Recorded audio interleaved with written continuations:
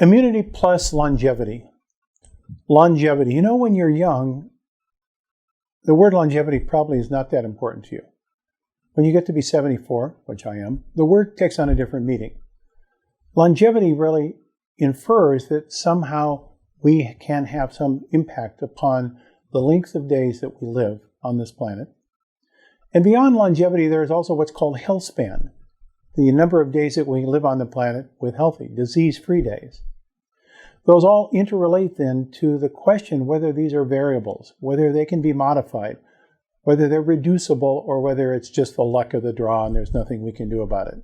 In the past, I think it's been felt that aging and ultimately your life expectancy was pretty much genetically determined and we had a little control over it.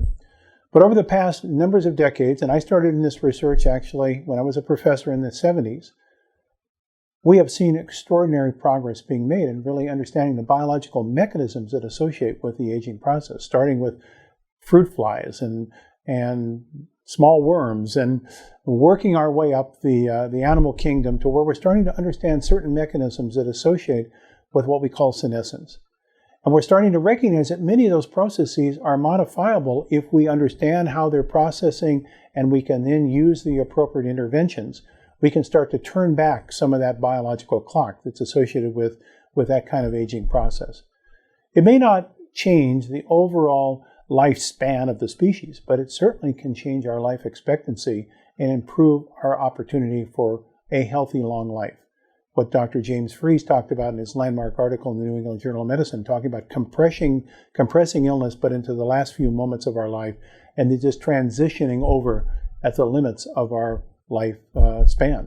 That's a really interesting and different approach than starting to see yourself as aged and functionally decrepit and hospitalized and really non-functional for the last 20 or 30 years of your life, which is a sequence of events that many people unfortunately experience.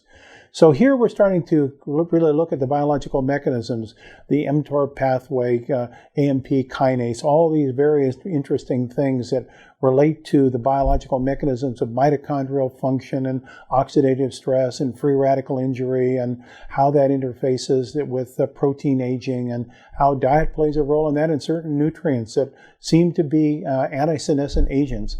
One thing that we have certainly learned is that diet and circadian rhythms and biology all interface together with the biological aging process. So the extraordinary work we're recently seeing about the use of time compressed eating. So we have time sequence eating, we have periods of fasting.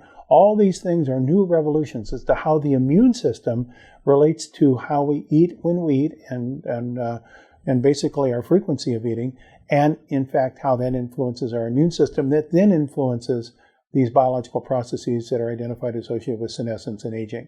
So stay tuned. We're going to be at the frontier of this discussion. We're going to be talking about these kinds of interventions and personalizing therapy through the immune system that lead to the opportunity to fight back against senescence. And that relates to, obviously, to a term called immunosenescence, aging of the immune system. The immune system can be returned back to a functionally lower biological age with the appropriate intervention. That's the focus of our community of Big Bold Health.